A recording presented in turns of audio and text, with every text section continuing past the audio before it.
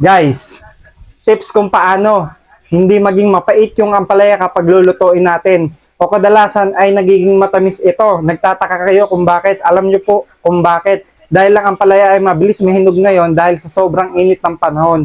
Yung mga ganito ay dapat ay tinatanggal natin, yung parang madilaw na. Dahil dito nagsisimula maging mahinog yung ampalaya. Kaya nagiging pula yung pinakabuto niya.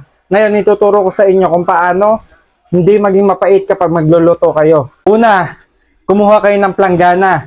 Imbis na malamig na tubig ang ilalagay natin, ay magpakulo kayo ng tubig. Ngayon, ilagay natin yung nagayat nating ampalaya sa maliit na planggana.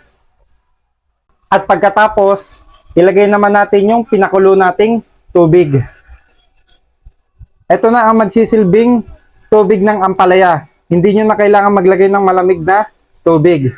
Pagkatapos nyo ilagay yung mainit na tubig sa may ampalaya ay syempre lagyan natin ng asin. Ayan. Sa way na ito ay kapag niluto natin yung ampalaya ay wala na siya masyadong pait kapag niluto.